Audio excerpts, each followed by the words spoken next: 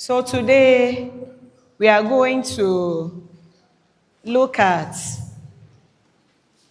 a concept in services marketing, customer service called customer gap. I'm going to do something and you have to respond in the best way possible if you can. My name is Nyarko. So when I finish with my part of the bargain, then you also respond accordingly.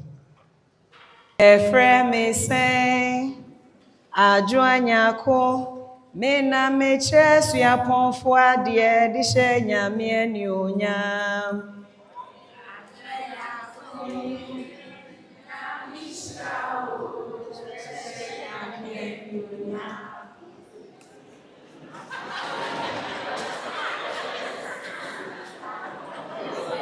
Typically,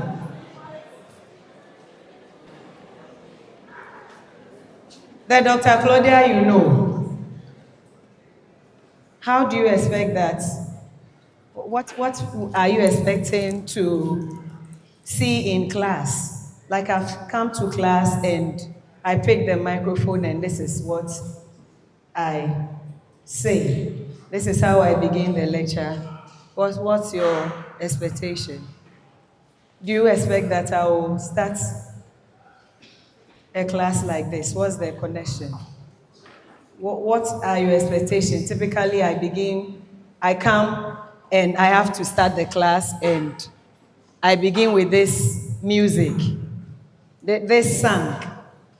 What comes to your mind? What's the instant thought? Genuinely, you are a customer to us. You are the external customer to USTED. So coming up with such a situation, what comes to your mind? What instantly will come to your mind about Dr. Claudia? Anything? Just hold the microphone. Probably be thinking that maybe that's not what I expected you to have started the class with.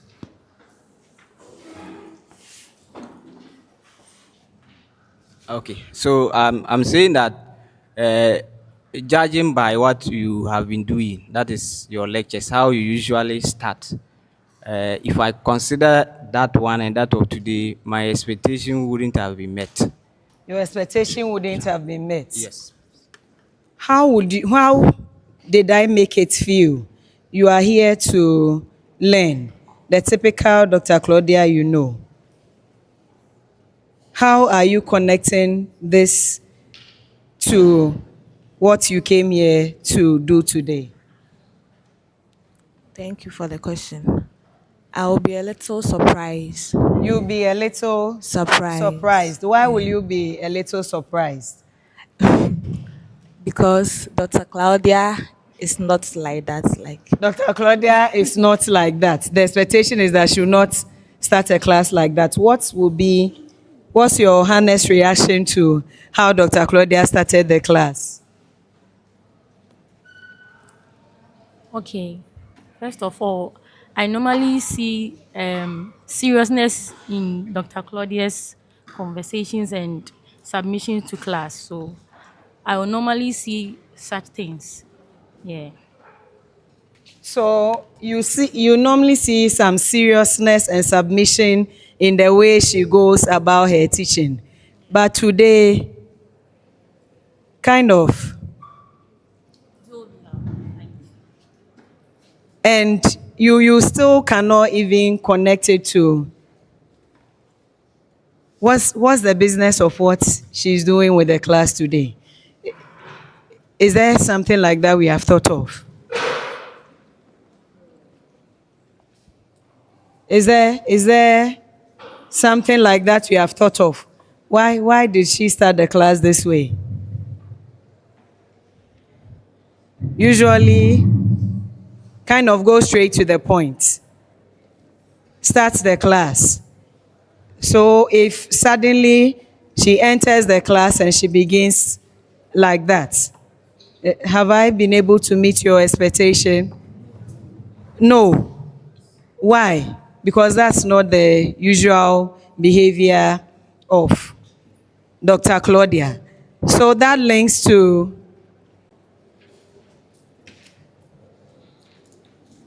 customer gap looks at the difference between the expected service and then the perceived service.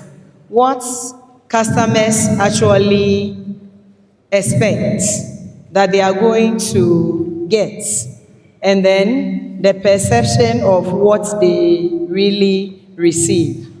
Customer gap. So typical Dr. Claudia will come, mention the topic after doing that quick recap of what we had learned previously and go straight to teach what we have for the day. But here is she coming up with something different. So the perception, typically, this is not the Dr. Claudia we know. Coming to class, mentioning the topic, and then begins to sing a trending song, expecting that we respond. Typically, there is a gap. When measuring our expectation of Dr. Claudia, there is a gap so far as this interaction was concerned. So customers expect something, and then the organization, the service sector, on one hand, delivers something to them. Then they look at the value of what was given to them to assess, did it really meet my expectation or it didn't meet my expectation? So these two concepts comes with either the customer was satisfied or the customer was dissatisfied. That is to say, the service marketing customer gap is to do with three key functions: perception, expectation, and then satisfaction. Perception, expectation, and satisfaction. The gap model has been developed by some authorities in marketing, Zegmal, Parasiraman, and some group of researchers. They identify that every services marketing come into contact with customers, and the customers experience or may experience four gaps. That is not to say in every organization there are these four gaps existing, but it's largely possible that at least one gap may exist. For a number of reasons, one may exist, but you are seen as a failed organization if your customers see all these four gaps. Let's look at the gaps and pick on them one after the other. The first is called the listening gap or the knowledge gap. In some books, you find it as listening gap, and in some books, you find that as knowledge gap. The second is service design and standard gap. The next one is service performance gap. That is largely associated with our HR profession. And then the last one is called the communication gap.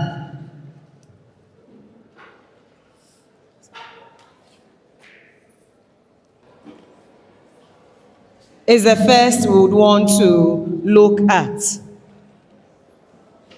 When we talk about the listening or the knowledge gap, it is the difference between customer expectation of service and then the company's understanding of those expectations. A customer's expectation of service and then the company's understanding of those expectations. That is to mean that the customer may want something else. And then the company, on the other hand, may be thinking that this is not what the customer wants. For instance, if you are a regular visitor to the food joints on that stretch, Tasty Queen. If you are a regular customer of Tasty Queen, and then Tasty Queen comes to communicate that they are going to increase the price of the food, but when they have increased the price of the food, they know that definitely you will not be happy as customers.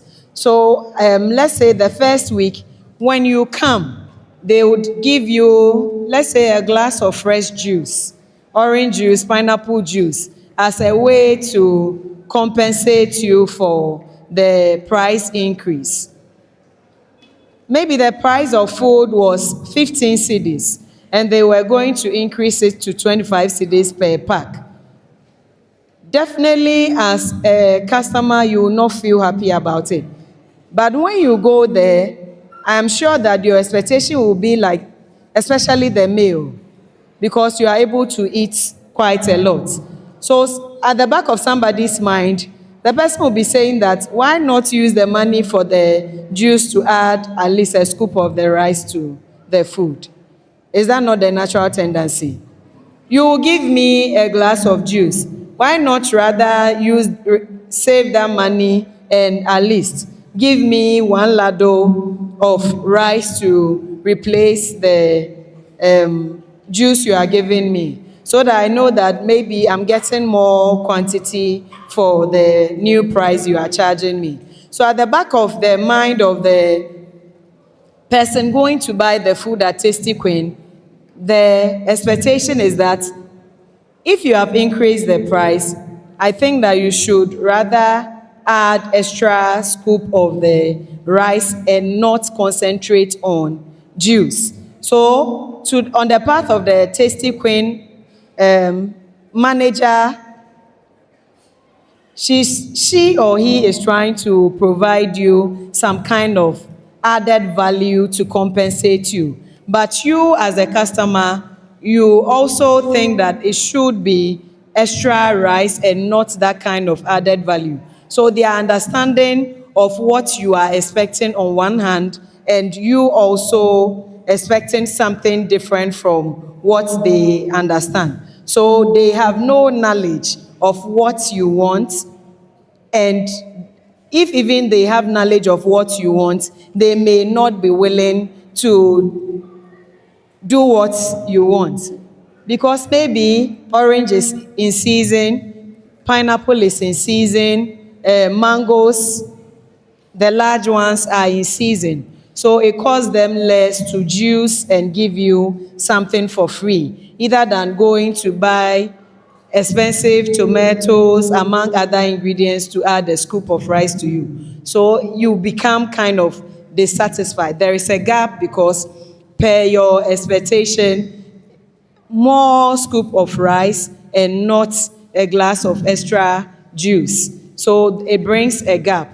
Management think you want something else, and you, on the other hand, want something else. So that distinction brings that kind of gap called the knowledge gap. Customer wants one thing, management also understand their expectation differently, or they may be unprepared to address what customers want. What are the factors that contribute to the knowledge gap or the listening gap? It looks at customers' expectation as opposed to the perception of their expectation. So one is inadequate customer research orientation. How will a company, an organization, a service outlet not know what you want? First, is because they have not conducted enough research on the customer. What goes into the customer research orientation? Insufficient customer research. If the organization wants to serve its customers better, they need to find out from the customers how they will serve them better. That is customer research. So in whichever way, either through interviews, survey, complement systems, customer panels, innovative techniques, online comment section, they can try to understand what customers expect from them. I'm sure we know this influencer, Abado. There was a scenario where a customer went to complain about their package of food. It's a way through online, the internet access, an organization gets information from the customers on how they are supposed to serve them. So you saw that she also came up with a series of videos to address the concern on the package received. That is one approach an organization and a service outlet can gather information from their customers through customer research. It could be interview, face-to-face interview. It could be as they are seated and eating. Then the chefs and then the waitresses ask them, how is the food like? Do you like the taste? How is the quantity? Do you like the juice? Then they ask questions to gather information from them. If they gather that information, they would be able to know what customers expect. But unfortunately, this gap exists because organizations do not even consider trying to embark on such surveys. So there is that kind of inadequate customer research orientation. Research not focused on service quality.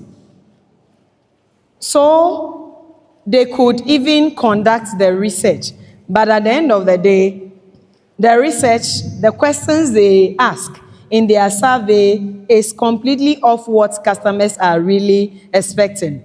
Customer service quality. Yes, maybe the ambience is good. You see the outlets, the cleanliness, how the food tastes good. But maybe the person bringing the food. So in serving the external customer better, it could be appropriate that at least organizations look at the focus of the research. What are the questions we are asking? Maybe the complaint has been that our waitresses are rude. The complaint has been that the chefs are not good. How do we tell the chefs are not good? Because our consumers are constantly complaining about the taste of the food. That is to say that the chefs are not good. But the organization, on the other hand, will be asking questions like, how is the seating arrangement? Is the AC working well? Is the chair comfortable? These questions does not answer the taste of the food. Is that correct? If the company decides to even conduct customer research and they ask such questions addressing the food, there's no collaboration between the questions they are asking and the actual customer complaint. So there is that kind of issue affecting inadequate customer research orientation. Then inadequate use of market research. Maybe this eating outlet goes the extra mile to ask the specific questions customers are expecting. You said the food doesn't taste good. Is it because of the salt content? Is it because of the spiciness? Is it because of the texture of the rice? They ask these questions, and definitely these questions will provide them the answers they need to address the food's quality. But unfortunately, after gathering all that information, they do not use it for anything. Typical scenario is going to the hospitals to see suggestion box. They are not there for decoration. They are there to solicit for opinions on how to serve patients better. That is the customers to the hospital. But after putting all the complaint suggestion in the box, you see that they will just go and pick the complaint and not act on them.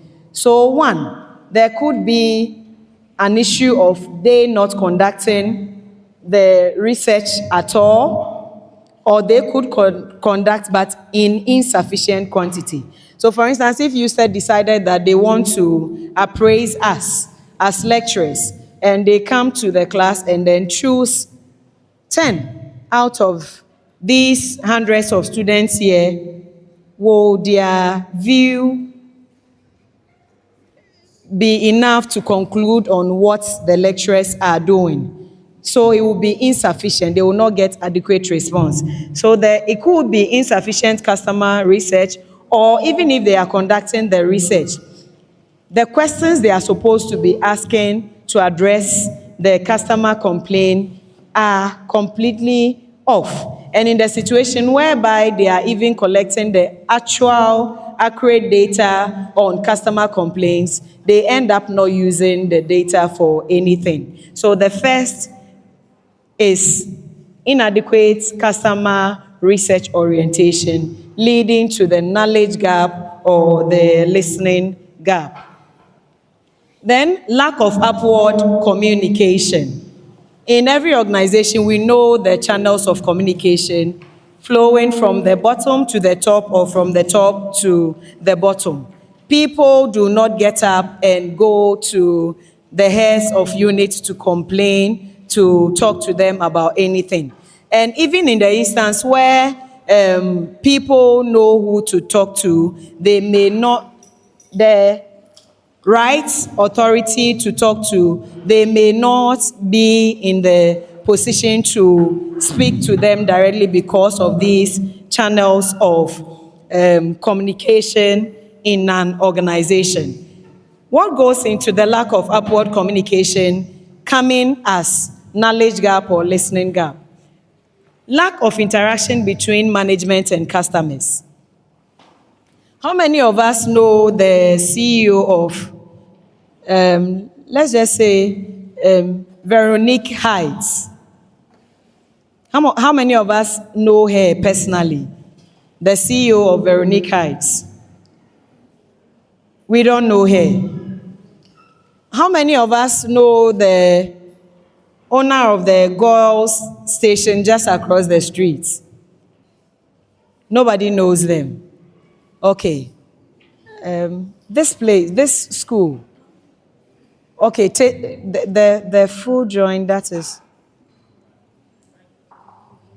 Adam's Kitchen. How many of us knows Adam himself, the owner of Adam's Kitchen?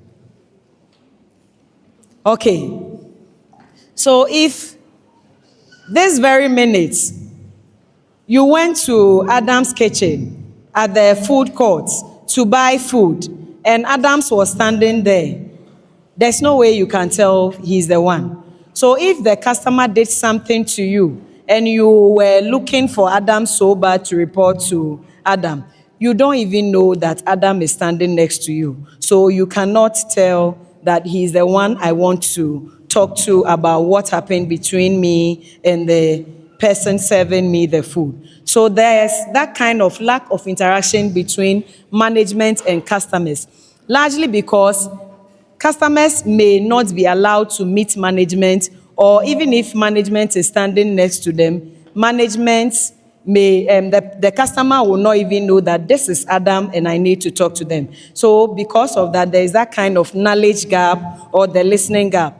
Adam would not know that the customer has treated you in a way you didn't like. So it will lead to them not knowing how to actually serve you better. Then there is also insufficient communication between contact employees and managers. And we know this is because of the hierarchies of communication. In our scenario, I'm the contact employee to you. If you complain to me about anything at this very moment, what would happen is that I cannot move from my office, from this classroom directly to the Vice Chancellor to tell him, this is what the students are saying. even if it needs instant reaction. I cannot go straight to the Vice Chancellor to complain to him that the students are complaining that the chairs are not sufficient. It's supposed to go through formal communication, and we know what distortion in communication is. There are so many layers. Frontliners are unable to reach top hierarchy, and as communication goes through the hierarchies, it gets to a point somebody doesn't get to hear of what actually customers want to communicate. So because of the layers, management always usually lack knowledge of what customers actually want. So there is that kind of link direct to customer service gap. The last one is too many layers between, yes, personnel, contact person, and then the top management. Because of the too many layers, it creates that kind of distortion. Reported speech. We know about reported speech. When somebody is reporting your speech, they usually would have to paraphrase it. And in trying to paraphrase it, they may leave out something.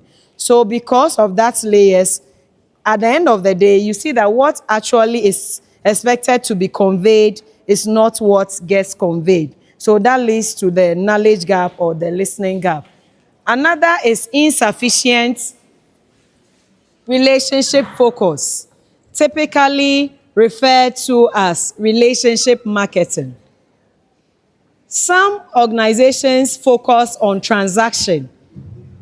You come, you buy, then you go. So Tasty Queen, when you go there to get food, maybe, what are you buying? A pack of jollof rice. Then they give it to you, then you also leave. It is purely transactional in nature. The focus is on transaction either than building any relationship with you. But remember that if a customer shows up first time, second time, third time, they have come to stay. Is that correct? There is a reason they keep coming back. They keep coming back because they have come to stay. So the organization needs to build a relationship with them. But unfortunately, because of the absence of this kind of relationship that needs to be built, there is that kind of knowledge gap. If something happens between a frontliner and then the customer, because of that kind of lack of relationship focus, the customer may only exit without telling management what needs to be done. So I came, your frontliner insulted me. If the frontliner insulted me because of how our interaction went, maybe I'll just leave and not return. But where the organization has built a relationship with me, then manager sees me on the street, and then manager drops by, stop by me, and the manager asks me, it's been a long time since we saw you at our premises. Why are you not coming anymore? Then, because of that relationship built, I can tell manager that the last time I came there, Sophia was very rude to me. When I tell management this, then management has knowledge of what happened that I am not coming. But the situation where the focus is come and buy, walk away, come and buy, walk away, we end up losing our customers when something terrible happens. So there is that kind of relationship marketing affecting the listening gap or the knowledge gap. What are some of the factors that affect the insufficient relationship focus? Lack of market segmentation. Lack of market segmentation. I hope we know what market segmentation is. Dividing our customers into certain groups so that we are able to serve them better. Typically, if I came to stand here speaking how fair would I be to those who are not Ashantis. I can't assume that everybody can speak Chi. So I am not segmenting the customers by using a particular language that everybody may not understand. Sometimes too, Coca-Cola has something called Diet Coke. They have Coke Zero. What are the variations of Coca-Cola? Zero sugar, diet, and then the regular. At least I know of these three. An organization may decide that we are putting everybody on autopilot. Previously, there were no variations. So there was just one particular Coke everybody was consuming. It gets to a point, people want to take Coke, but they feel that maybe the sugar content is quite too much. If the sugar content is quite too much, then what it means is that you have to give us a flavor, a type that has a little bit of sugar. Somebody feels that if I take the Coke, it makes me gain more weight. So there is that kind of Diet Coke coming through. If organizations put their customers together without segmenting them and serving them, it brings about the knowledge gap or the listening gap. That means although they listen to customers' taste and preferences, but they didn't put it into action. By serving them on autopilot, you didn't segment them to serve them better. So it creates that kind of insufficient relationship focus. Again, if let's say we are an NGO trying to address the public, a community, we want them to patronize our service. Then we go and stand there and we assume that everybody here can speak English. We begin speaking English throughout, we end and we go. We failed to acknowledge that the public is not full of literates. There could be illiterates, there could be semi-literates. So blending the language could help address them better. If organization fails to acknowledge that there is that kind of segmentation, then it will lead to them not knowing how to serve their customers better. Then, to a large extent, some organizations, service sector, decide to focus on the new customers they get at each point in time.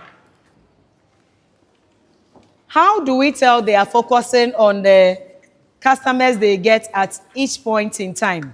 The new customers. They don't want to treat the existing customers better. How do we see such scenarios happening? You see that we are in a queue waiting to be attended to. Everybody wants to be attended to on time. Then you see that the person attending to them will be like, oh, you have been coming here always. Please let me finish with that person quickly. He hasn't shown up here before. Please, let me finish with her quickly. Or even they will not even acknowledge that you are around. Familiarity. You have been around, so hey, let me serve this person. Let me serve this person. They are new here, supposedly. If that happens, it conveys a message to those who have been around for a while that they are not an object of interest. So if we try to treat the new customers better, it is a way of trying to drive the old customers away. And also, how does it become a knowledge gap? If the old customers have some kind of concerns about how to make the existing service or product better, you see that they walk away, they will not talk about it because we decided to treat our new customers better. So the focus shouldn't be on transaction, it should be on trying to do a relationship market. Then there is also inadequate service recovery. Inadequate service recovery. When we talk about service recovery, it is an aspect of the relationship market where our customers do not get happy about our service, our product, and we find ways to compensate them, console them, to bring them back to patronize us. So, for instance, we have been experiencing terrible network for a while. MTN users at certain points, we have been experiencing terrible network. So if MTN eventually works on it, they can decide that to compensate all of our subscribers, we are giving everybody 1 gigabyte data. That's good news. That is the reason we may want to stay with MTN. So MTN decides to do that, and it is something we call in marketing service recovery. They did something to compensate us to ensure that we are willing to stay with them. So there's service recovery. If we, as an organization, do not focus on service recovery, if our clients are not satisfied with our product, our service, they walk away without coming back. What are the factors that fit into the service recovery? There is that lack of encouragement to listen to customer complaint. If organizations gave listening ear to their customers' complaint, maybe they will be in the position to address the complaint, but they do not encourage complaint. How do we see and when do we see these things happening? You go to a restaurant and, for instance, you have been waiting for so long. We all know very well that restaurants use the waiting time to sell their drinks. Is this something we are privileged about? When you are waiting to be served, you see that the food is taking so long. Is that an experience a lot of people have? Or we don't go to the restaurants? No. We don't. Okay, so for those who once in a while show up at the restaurant, sometimes you are waiting to be served. When you point out your food on the menu, you see that you are sitting for about 20 minutes. Some particular places you could be sitting for 30 minutes and your food is not ready. Usually, it happens when you have ordered for a drink. So the appetite is high.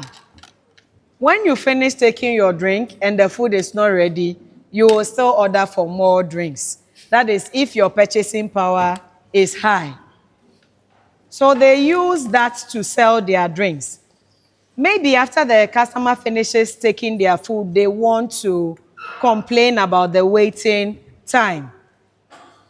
But the waitress, on the other hand, may not even be ready to listen. Or if there is a manager around, the restaurant's manager around, the manager will also not even be ready to listen to the complaint of the customer. So they do not even encourage you to tell them your complaint so that they act on it.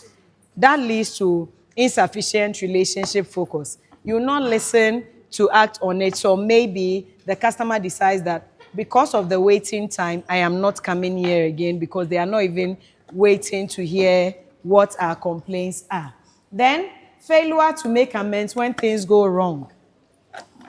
Like the example I gave about MTN. Maybe if they eventually fix the network, they do not make any amends. They put us on autopilot. Let's keep working. I know you will stay here. The very moment they decide to do that, if there are any alternatives and people feel the alternative is better, they would rather choose it. So when customers come and they are not happy with the service you are providing them, and we fail to make amends when we make an error in serving them, it leads to that kind of knowledge gap or listening gap.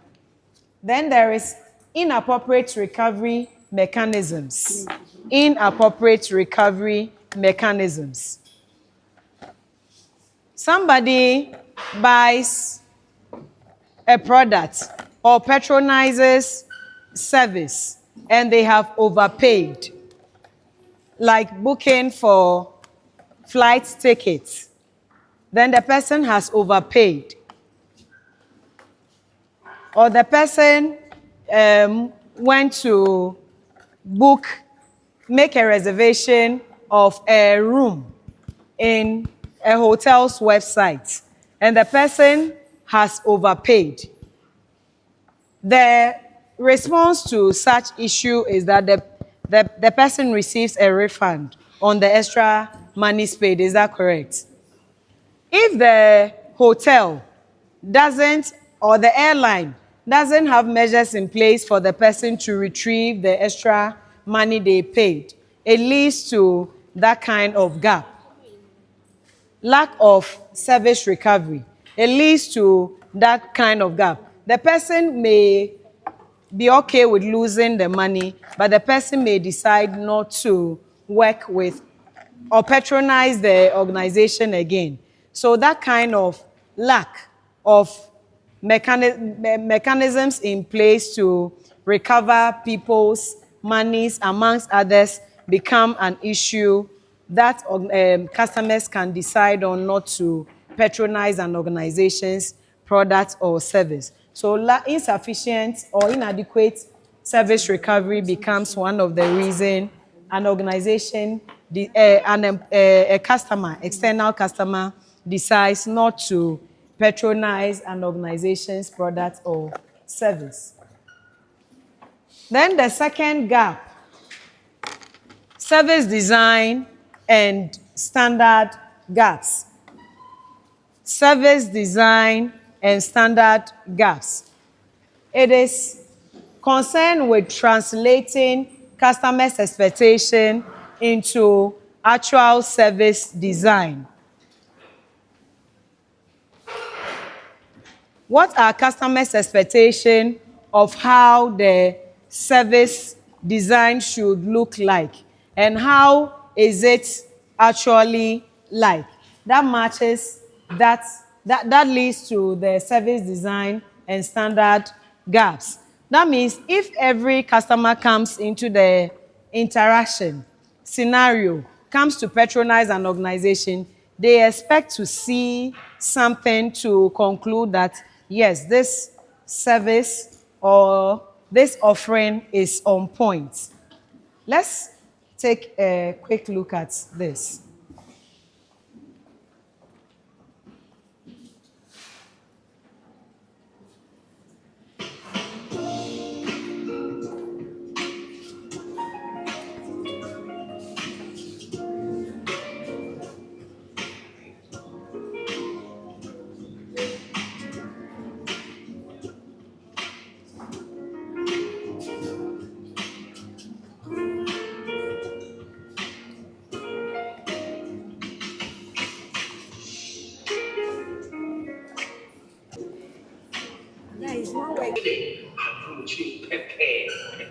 We Kumasi winning kind. I tell you, Kumasi. I feel the I feel the Kumasi for one open baby at the job. Open baby a conference. Open baby a meeting. Open for client. I'm not sure if we move back and open baby at the job. I'm not sure you securities wise. I'm sure 100%. Why I was sure. Sure. He now says, whatever the Kumasi FSC, whatever the Kumasi war facilities FSC, on your ma a Kumasi, only swagat. Is it? Swagat.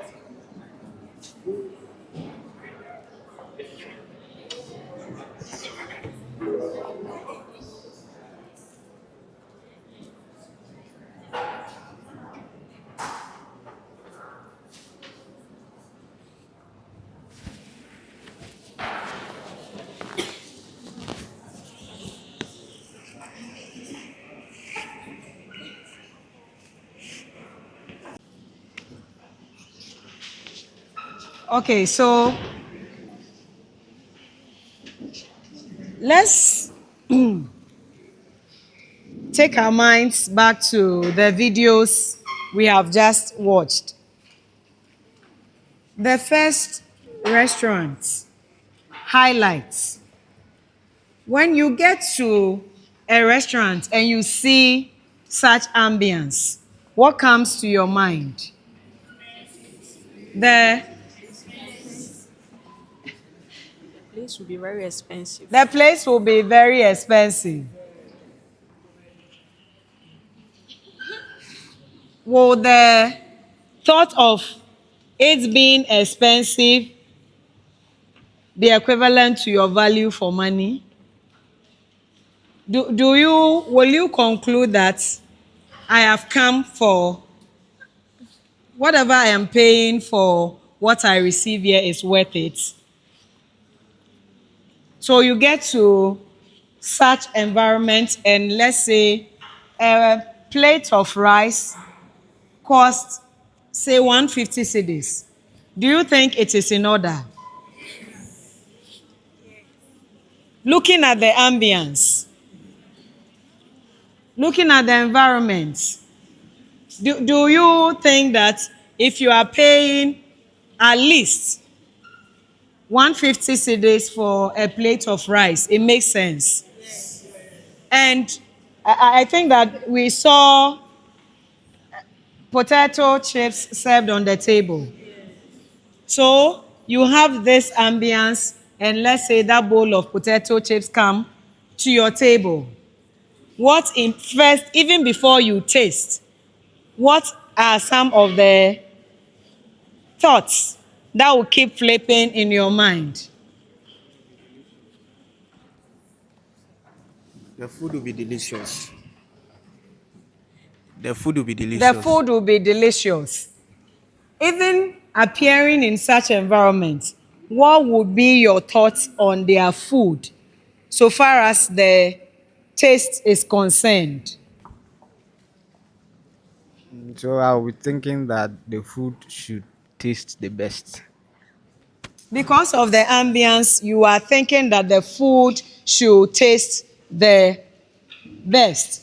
Because the ambience itself is speaking. The environment itself is oozing luxury. When you step foot there, it gives you the wow moment. This is a nice place, especially Gen Alphas, Gen Z. Your goal of getting to this place to do your photos and videos for social media. So you'll be happy I am at the right place. Is that correct? Feeling. Yes. It connects like that. Bluetooth. When you get there, yes. That's the natural reaction.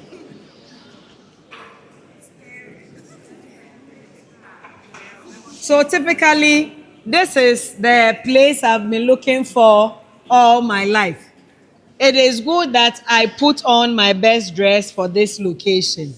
I remember when we were undergraduates, there was a term like, I didn't waste my shada.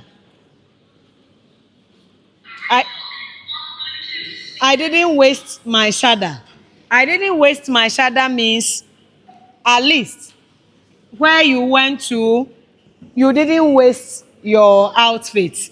The way you were dressed, it wasn't a waste. So you get to a place like Highlight and you feel that I didn't waste my shada. I can take pictures that matches my outfit. So service, design, and then standard gap. Usually, the external customer expects that service is designed in a particular way. And the organization, on the other hand, may design the service in a different way. If the service is designed in a way that is appealing, pleasing to the customer, it erodes that kind of gap called the listening gap. But if the service design is in a way that gives them the I've wasted my money, so to say, feel. So typically we say, aha, nayaji hui, right? We have overhyped. We have overhyped this place. But that's not the actual thing. So if people come, the external customer comes and they have that kind of feeling, the place has been overhyped. That means they are feeling that there is a service design and standard gap.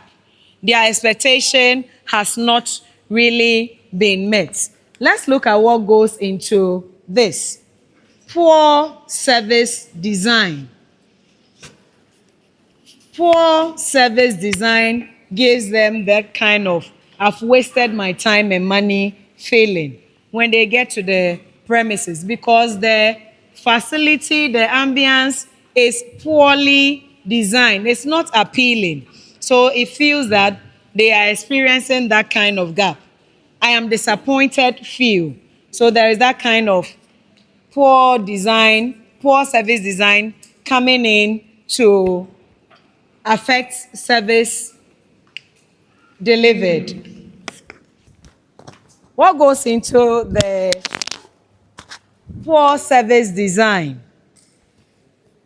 Unsystematic new service development processes becomes one of the contributors to poor service design. That is not to say that service design is only about hotel and their ambience. Even as you sat here and I told you that turn on your Wi-Fi and I asked you to sign in, you could be seeing USTED students, USTED staff, amongst others. Then you may try signing in. But when you try signing in, you may or not get smooth connection. So if a student is supposed to be, for instance, assessing the network in class to enhance the learning, and they try to assess it and it is either slow, entirely not connecting, it becomes poor service design to the student, because they are also receiving particular service called tutoring or lecturing. So unsystematic new service development process comes in this kind of context, especially in the banking sector, where there is, let's say, redenomination, and maybe we have come to a point where the country wants to have ATM systems that accept deposits. In the advanced countries, you can see some of these things happening. When you go to China, you can do pure self-service banking. You stand by the ATM machine and you can do your deposits and you can do your withdrawal at any time of the day. You don't need to go and queue at the bank. So let's just say Ghana gets to that point, they want to do that kind of ATM machine. So they are trying to redesign the service system to support self-sufficiency. If you have forgotten, I've come to remind you. Self-sufficiency. But if that system development is unsystematic, how does it become unsystematic? Somebody goes to stand behind the machine and they are struggling to follow through the prompts to deposit their money. They are familiar with the withdrawal processes. They are not familiar with how the machine now helps them to deposit their money. If they are struggling with the deposits because of the processes involved, it becomes a contributor to poor service design. Also, vague, undefined service designs. Vague, undefined service design. When service is undefined, when service is vague, we know that it is clear, it is broad, there's no kind of clarity in there. It is so broad, nobody understands what's going on. So go this way, no, go that way.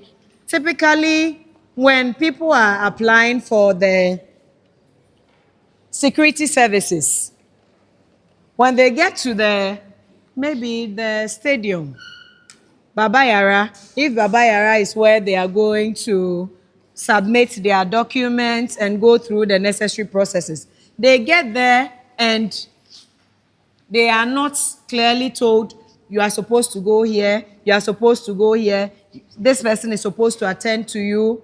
There are no specific booths or stands to show that you are supposed to go here for your submission. Maybe the next is for medical examination, among the other processes. Service provision has become vague. Although they are coming to patronize the service by applying to join, but it is so broad that nobody is telling them the categories. This table leads to submission, this leads to here. So they are standing there and they are confused. They don't know what to do next, where to go next. It's because of the poorly designed system to serve them. So there is that kind coming, that vague, undefined service designs coming to contribute to the factors leading to service design and standard gap, and failure to connect service design to service positioning. Service positioning and then service design. This is largely the reason most businesses fail. When people come up with business ideas and they want to execute it, they take it to premises that are not needed. For example, somebody goes for McDonald's franchise. Let me use KFC. You are familiar with KFC. Somebody goes for KFC franchise, and the person decides that I am locating KFC franchise at Apemso, one of the villages in Jabin municipality. Has it been well positioned for consumers to patronize it well? Has it been well positioned? Somebody builds a magnificent hotel in a village which has about 500 member population, total population, and a big hotel like Kempinski decides that we want to do regional expansion, geographical expansion. So in Ashanti region, we want to build one Kempinski hotel at such a village where the population is about 500. Have they positioned the hotel well? They are also human beings. Can't they use the hotel? Why haven't they positioned the hotel well? Because the population is too small. So they may run at losses instead of making gains. So the poor positioning leads to poor service design, where service design are positioned where consumers do not need them. So they need to hustle through to go to a point to patronize it. Due to some of these things, organizations fail. So many years ago in Ejoso, restaurants were not surviving because the territory was not so inhabited. It was heavily inhabited by the indigenes who were mostly patronizing their usual street food and food joints. So any restaurant springs up and it's sunk. Any restaurant springs up and it's sunk. Now that Ejusu is more of a municipal with a lot of people relocating to build their houses and staying there, it is a mixture of elites, literates, illiterates, amongst others. So there are a variety of people staying there who will feel that I want to taste, or today I feel like eating a good restaurant meal and I can't drive all the way to say Edum, Fumeswa amongst others for food. Even before then, Fumeswa also did not have something like that. So in those instances, somebody would bring a restaurant and it will fail. Somebody will introduce a restaurant and it will fail. Now there is a generation of people who would even try to raise money in their PG hole to go and give themselves a treat at the restaurant. They want to go and take pictures at highlights. So they may even try to save money to afford one glass of juice so that they go to highlights, sit and take pictures. The generation has come to a point where service positioning matters. So now restaurants, eateries are springing up at Ejoso and it is still functional and vibrant. You have something called Anita Hotel. We have Ladona. We have Chop Chop, amongst others. And they are all vibrant and functioning. Previously, it was kind of a wrong positioning for them. But now, because of the generation and the variety of the dynamics in the demography, the people establish restaurants and they are able to get it functioning well. So if an organization fails to connect service design to positioning, it leads to that service design and standard gap. Then absence of customer driven standards. Customer expect that service are in a particular way and the service is also in a different way. Non-functional Wi-Fi is an example. If there is a Wi-Fi, it should be functioning. It should give smooth connectivity. There shouldn't be breaks up and down. If somebody is making a phone call, they expect that the recipient of the call on the other end hears them clearly and they also are able to talk to the person without any hitches. If there are hitches in the network, it leads to that kind of customer driven standards. So somebody gets to these beautiful ambiances we just showed and the person tries to relax in any of the chairs. Immediately the person sits down, the chair gives away. It breaks. Absence of customer driven standard.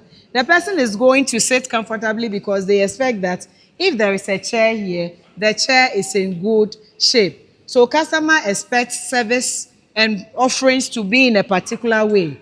But on the other hand, the company or the service sector also provides the service in another way. It leads to that kind of gap. Then absence of formal processes for setting quality goals. What are the processes that dictate quality in an organization? What are the standards that dictate quality in an organization? If an organization fails to set all these things, it becomes a service design and then the standard gap. What do we mean by quality to a customer? Quality means that the gym should have functional equipment. That is the definition of quality. Quality means that when a customer sits at the restaurant on the seat, it shouldn't break. That is what is referred to as quality. Quality means that when they sit for at least a minute, there should be a waitress to bring them menu. That is definition of quality. In the absence of some of these things, it leads to the absence of customer-driven standards. Then inappropriate physical evidence and physical scape. Consumers come, clients show up at our premises and there is no physical evidence to show what we are claiming we offer. There is no physical evidence to support the claims of what we say we are offering. So somebody hears that, oh, we have an amusement park here and it is a butterfly sanctuary. If it is a butterfly century, what customers are expecting to see is that there are different fleets and breeds of butterfly when they come to the amusement park. If you tell them it is an eco park, you can come and drive on that motor. How do you call that? That big motors they use on the amusement parks. But I'm sure you've seen them. Those big motors used in the amusement park. Then the person comes, it shows on your website that there is something like that. They come and they are sports. So there is no physical evidence to prove that you are really into that particular offense. So inappropriate physical evidence. Failure to develop tangibles in line of customer expectations. There are the motor bicycles, but they are not functioning. There is Wi-Fi, but it's not connecting. It is a gym center, but the treadmill is not working. It is a gym center, but the weight, when somebody tries lifting, it goes off, it breaks apart. So there is that kind of problem. Then there is that kind of inadequate maintenance and updating of servicescape coming as inappropriate physical evidence. There is Wi-Fi, it is not functioning.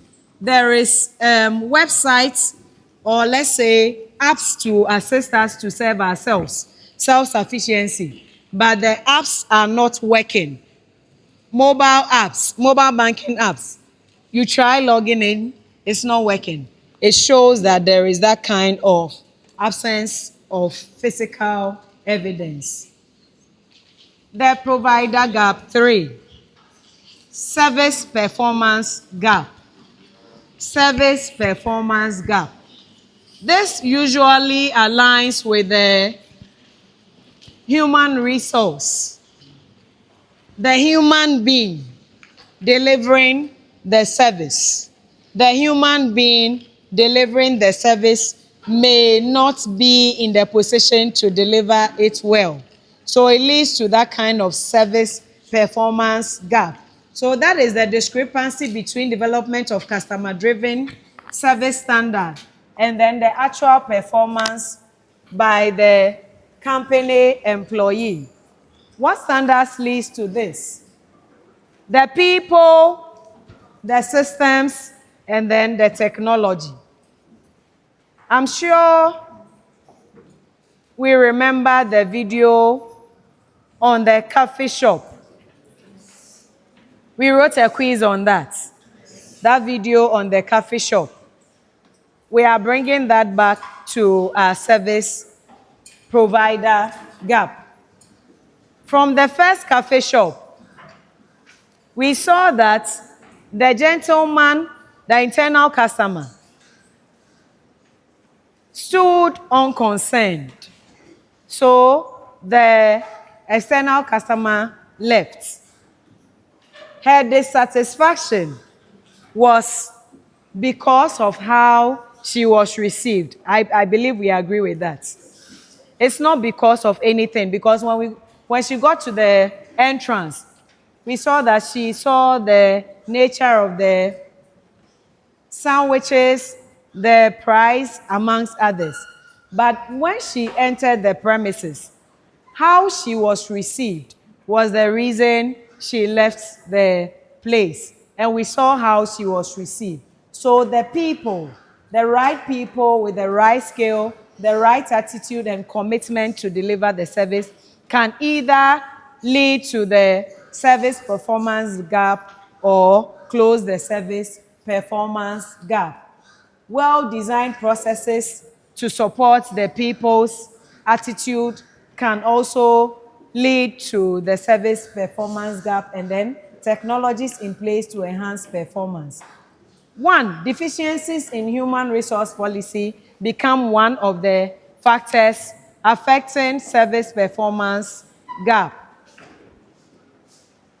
Square pegs in round holes. Ineffective recruitment. I think I've asked this question before in this class. If A hotel is looking for a front desk person, and they receive application from 3 graduates, one from hospitality and tourism department, one from mechanical engineering discipline, and one from social studies. Which of them should be the best fit for the position? Social studies? Which one? Hospitality and tourism. Why not social studies? Because they have learned how to live with people. Why should it be the hospitality and tourism? Why do we think Okay, madam, they have learnt more on how to interact with human beings and their surroundings. they have learned more on how to interact with human beings in such scenarios? So it's appropriate that such people are rather employed to take up the position. Unfortunately, some may decide that a recruiter who is trying to do nepotism, favoritism, I know your father, I know her mother, may decide to employ any of the other two. If that happens, the person has no knowledge on how to play the role. Although the organization, the hotel may decide that we will train the person, but at the end of the day, the person may not be able to function appropriately in the role, and it becomes cost ineffective to bring a square peg and try to train them to fix a position. So ineffective recruitment can lead to that kind of deficiency in human resource, leading to the service performance gap. Role ambiguity and conflict. When employees do not really understand their role in the organization, they are confused about their role. It leads to the service performance gap. How do they get confused about their role? Because same employee may be reporting to 2 different superiors. One may be communicating one thing and another may be communicating something else. If that happens, then there is going to be that kind of service performance gap. Then the role conflict. The customer on one hand needs something else, and then the employee on the other hand is basing on company policies, organizational barriers to deliver service. Management tells the front desk person, do not allow people to sit here and wait. And the customer on the other hand also thinks that I want to sit here shortly because the person comes soon. There is that kind of conflict between what the customer wants and what management expects the internal customer to do. Inappropriate evaluation of compensation systems. If we paid attention to the video, what were some of the reasons the guy was behaving that way at the coffee shop? 1, working long hours without supervision. 2, driving long hours to work. So the person feels tired. The HRM policies organization put in place to manage their employee can make them function better or not. If an employee works for long without being supervised, these are some of the issues that pops up. Because if there was a supervisor there, the supervisor would prompt the employee to behave appropriately. But because of some of these things, again, maybe the amount of salary and benefits they are receiving is not okay. Instead of the person getting accommodation around their premises, the person has to be driving so many hours to the destination. If that happens, you see that the person is tired already when they get to work. So compensation and benefits can be a reason employees are reluctant to give out their best when working. And there's that lack of empowerment, perceived control, and teamwork. We have learned about empowerment already. When internal customer is not empowered, there is that kind of gap coming because they have to follow dictates of management to serve customers. Another thing that leads to the service performance gap is customers not fulfilling their role. In co-production, the customer internal and then the customer external contribute to the service provision. So the Momo vendor tells the customer, follow through the prompt, type *170#. Then the person types, do this, do that.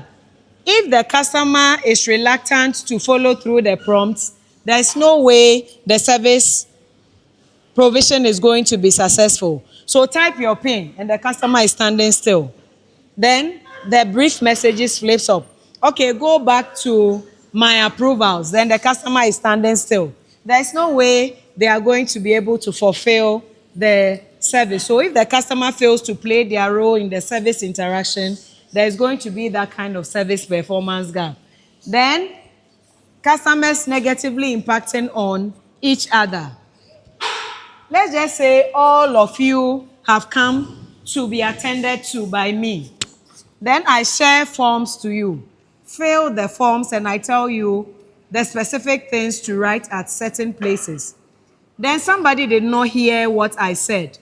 If somebody did not hear what I said, then they ask their colleague, not their colleague, somebody they came to meet at the premises, what were we asked to write at this particular portion? The person could say something different from what the internal customer has communicated.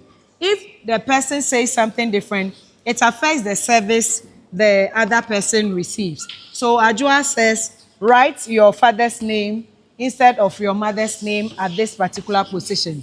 At the end of the day, there is that kind of negative impact coming from the external customer affecting service delivery. Problem with service intermediaries. How many of us go to Casa Preco directly to buy a pack of Awake or a bottle of Awake when we are thirsty and we want to drink Awake? Nobody does that, right? Yes. We all buy from retailers, wholesalers, and vendors.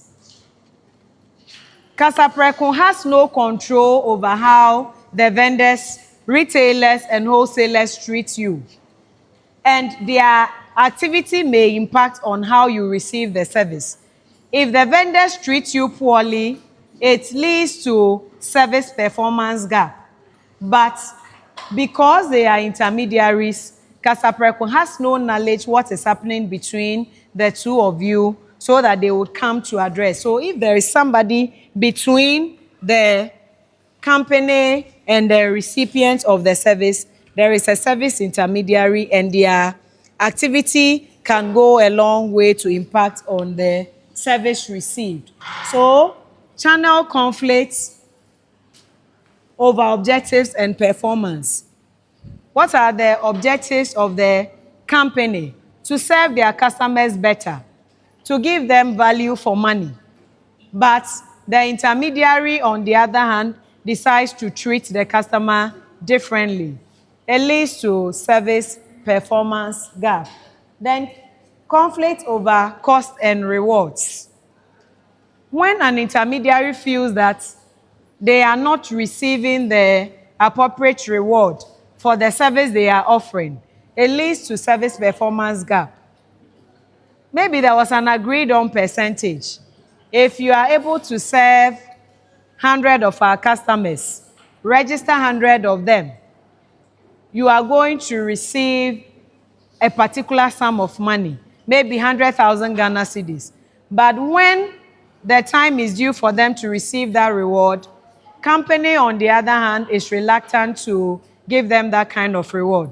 It leads to service performance because the subsequent service provision, they may not give out their best. If there is intermediary too, there is difficulty in controlling quality and then the consistency in how service is delivered.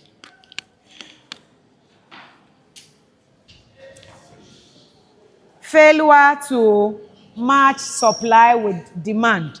One is smooth peak. Failure to smooth peaks and valleys of demand. We are coming from that kind of territory where when it is holidays, when it is Christmas festivities, when Eid Fitr, Easter, New Year, restaurants are highly patronized. Is that correct? Eateries are heavily patronized. When you get to boba joints, fruit juice joints, ice cream shops, you see that the place is heavily patronized. You go to a place like, let's say, the Splash City. How many of us know about Splash City? We know about Splash City. You know in Splash City doesn't make you a bad girl or a bad boy. It is a swimming pool. How many of us know about Splash City? Okay. So there is Splash City. During such periods, a lot of people patronize the services of these places. And this can lead to service performance gap because there are a lot of people around. And the number of people around demands that more hands should come on board to serve.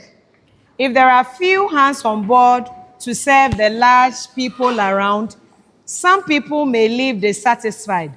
Somebody may be seated waiting for long and they have not been attended to. So there is that kind of failure in quality service delivery because the human resource, the employees, the internal customer attending to people at such peak periods are relatively few compared to the number of people trying to patronize the service. So when peak periods match same number of staff, there is that kind of service performance gap coming through. Then inappropriate customer mix, trying to treat all customers the same way despite their variation in age, gender, ethnicity, religion, amongst others. It leads to that kind of service performance gap. If people are of a particular demography, let's say gender, so you come, there's live band, and then we begin playing Adadem. How will it make you feel? Your generation. Let's just say I decide that, oh, I want to hold a party for the class. And immediately you sit, my DJ begins playing Adadem special.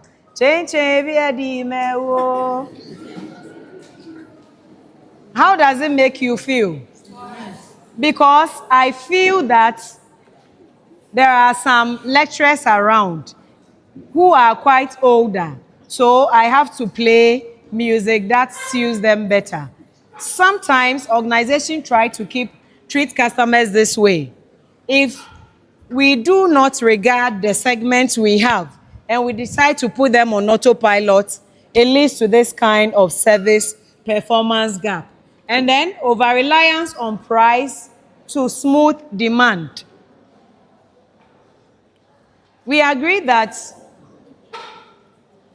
during Christmas, during New Year festivals, usually, prices get increased of services.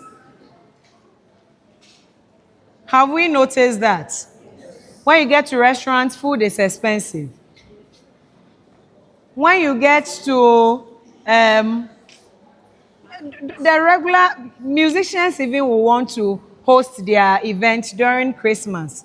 So you see that the prices they would take, the amount of money they would take on ordinary days is different. So organizations try to make maximum use of their peak periods by overpricing. The very moment you overprice your product, we know that the expectation is that it's supposed to be of a certain quality. Is that correct? But this overpricing may yield service performance gap because the service received, on the other hand, may be unacceptable. So you change the price of your plate of jollof rice to 200 cedis because it's Christmas. Maybe on ordinary days you were selling it at 100 cedis. You have doubled the price. If the price has been doubled, the expectation is that the quality is good. The ambience is improved. But there is that kind of service performance gap because peak period, a lot of people are around regardless of the price. And there is so much pressure on the few chefs that are still cooking to an extent that the quality of the food doesn't match what they were expecting, the actual expectation. So there is that kind of overpricing leading to service performance gap. The final one is communication gap. It is the difference between service delivery and service providers' external communication. So it channels through media advertisements and then sales force. What goes into this? Lack of integrated services, marketing, communication.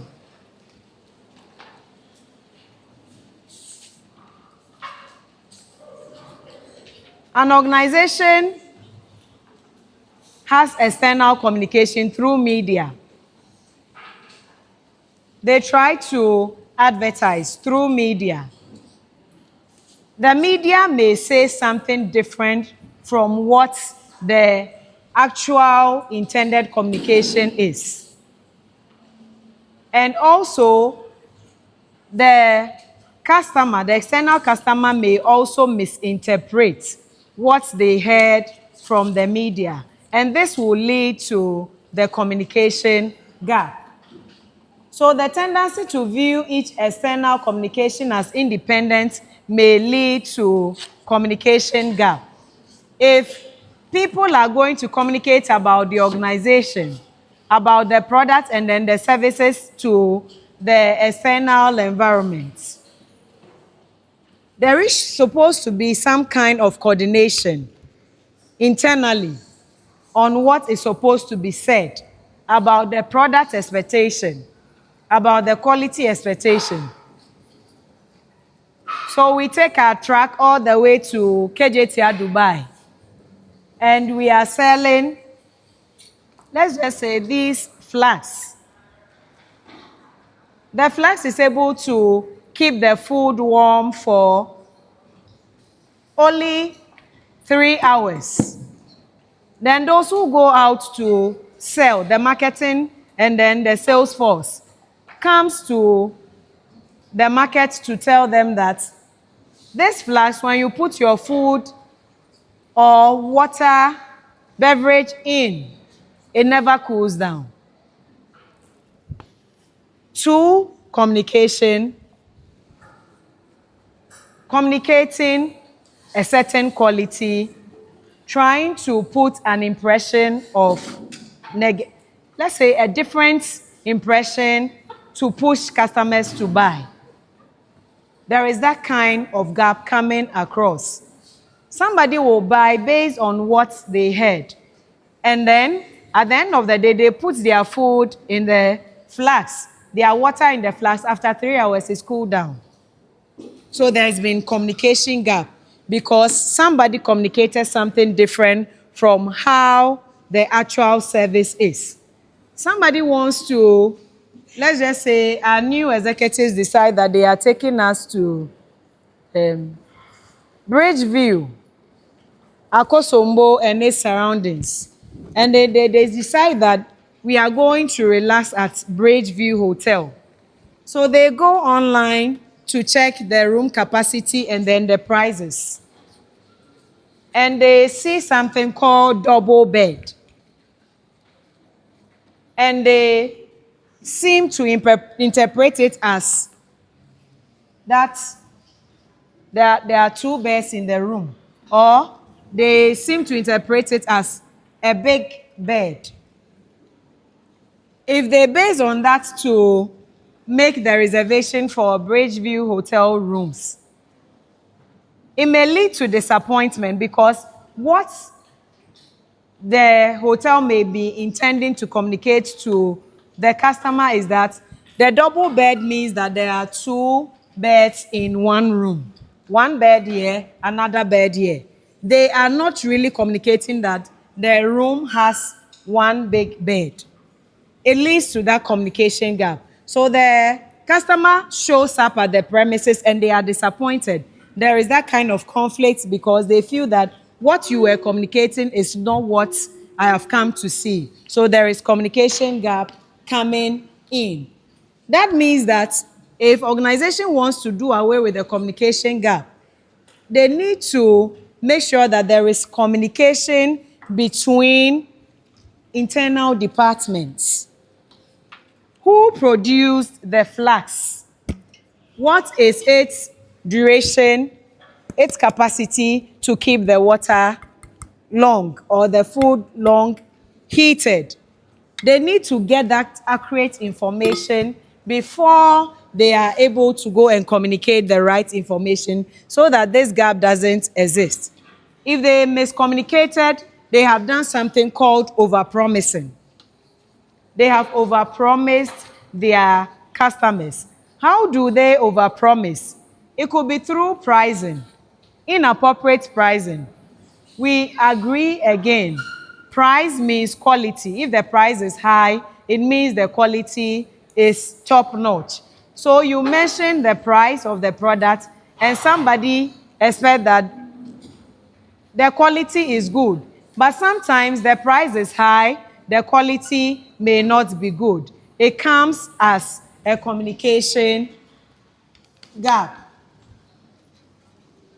If the price is high, organization has not managed the customer's expectation well because the price is communicating a certain value, but the product in itself may be of a particular value or the service may be of particular value.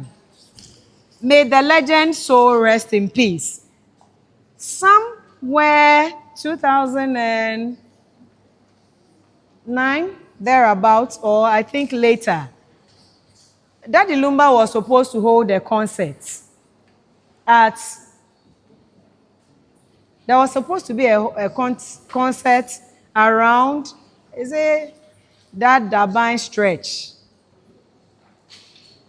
And people went to sit there. I think that he didn't show up or he showed up but disappointed them.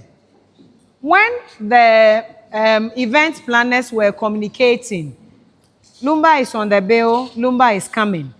Because of that kind of communication, people wanted to be part of the program so bad. The ticket was heavily bought. Royal Lametta. When people bought the tickets, they went there and they were disappointed by the quality of the program. It's either he didn't show up or he showed up and they were not okay with how they performed. So there is that kind of communication gap where you are communicating that when you come, it will be a live band, but when they come, it is the artist trying to sing along, the song being played by the DJ. There is that kind of communication gap because you didn't manage their expectation. Overpromising through advertisements, physical evidence. Physical evidence.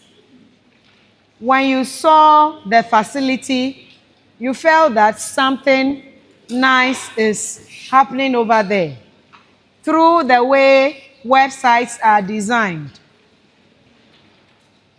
I want to see this place. Through the videos shown online, you want to see this place. Through the billboards erected alongside the road. Oh, that place is so nice. I want to go to the place. But once the customer shows up at the place, they realize that what is on the billboard is not what is actually happening there. So there is that kind of communication gap. Customers expect that organizations give them what they promise. But the organization, on the other hand, may give them something different from what they are really promising. So communication needs to be managed properly, especially where there are branches involved. Pizza Man has a branch here, has a branch at Aidiase, Ken UST campus. There's a branch at Obuo Chrome. There's one close to Unity Oil on the Dakojom stretch. If, for instance, they are trying to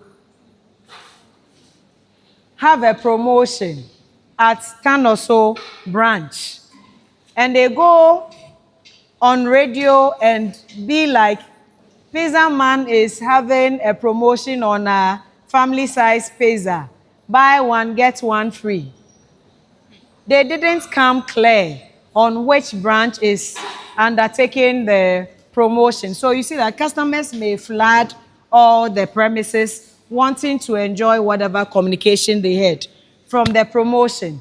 They show up and they hear something like, it's not here, it's the Tan or So branch. So to close the communication gap, especially where there are branches, there is the need to coordinate communication so that when it is not about a particular branch, customers are clearly informed that this kind of promotion, this kind of exercise is not covered in this particular branch. So an organization may either have the service performance gap or the communication gap or service design and standard gap and then the knowledge gap. It is not appropriate that an organization has all these four gaps. If an organization is having all these four gaps, then they should be preparing to close down. But that is to say that regardless of the efforts an organization puts in delivering service, they may have at least one of the gaps existing at each point in time. That is to also conclude that don't expect that an organization will be in the position to erode all these gaps, because once in a while something may pop up and it will bring about these gaps in the organization.